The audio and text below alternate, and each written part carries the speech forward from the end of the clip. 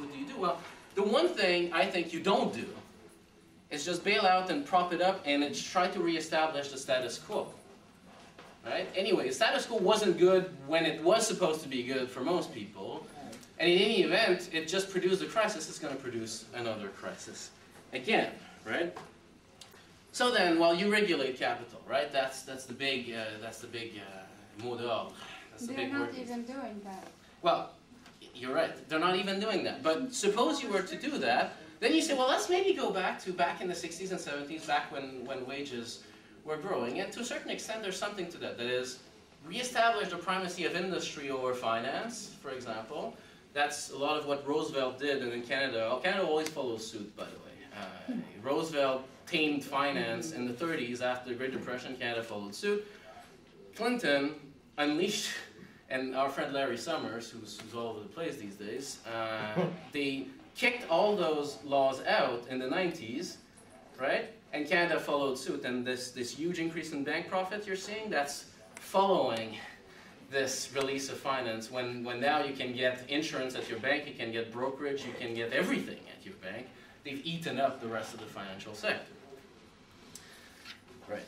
So what you don't, so you can regulate, sure, but this is the proof that regulation can then be eroded for years and you fall back into the same pattern. You have this kind of dialectical back and forth between regulated capitalism, which works for a bit, you have the social structure of accumulation that works for a bit, and then eventually crumbles down. And the 70s were a real time of crisis. That crumbles down, then some new order emerges, sort of works for a bit, crumbles down again. So you have this back and forth. So sure, you can have that, but I think this is a little short term. We might try to think rather about a way to have a system whereby it's no longer a couple of old white guys, captains of industry, who call the shots for the rest of us all the time, and then go and have a golf tournament with the politicians to decide who gets bailed out and how.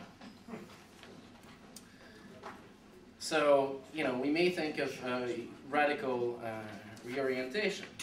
At the very least, if we don't want to go that far, at least not now, we can say, okay, if you're too big to fail, and at some sense, if you want to preserve the system, they are a little bit too big to fail, well then, we have a right, if we're going to help you out when things go badly, to actually be with you all along and decide what you should do in the meantime, not to put yourself in that predicament, right?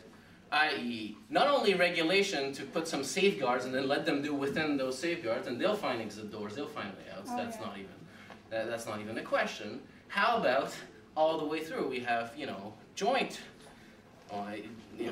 calculation, maybe again as a first step towards something else, and having the government, right? I.e., this sometimes I like this image of this government, which is this alien body that people call on when there's a problem, this kind of idealistic, quote-unquote, patriarch that comes in and solves the problem. Well, people have to reappropriate the government, right? So there's democratic control over these private institutions. The government has to be there, but control has to be put through the government as well. It's not enough to ask the government to oversee, and I'll end up with that. My favorite example with that is Hydro-Quebec. Fine, it's a government corporation, it's government-owned, and governments, call the shot. But every month, there has to be a control of, okay, what other river are they going to screw up? What other things are they going to break? Right? So it's not enough, I think, within our system to ask the government to do it. We have to get involved even more than that. So on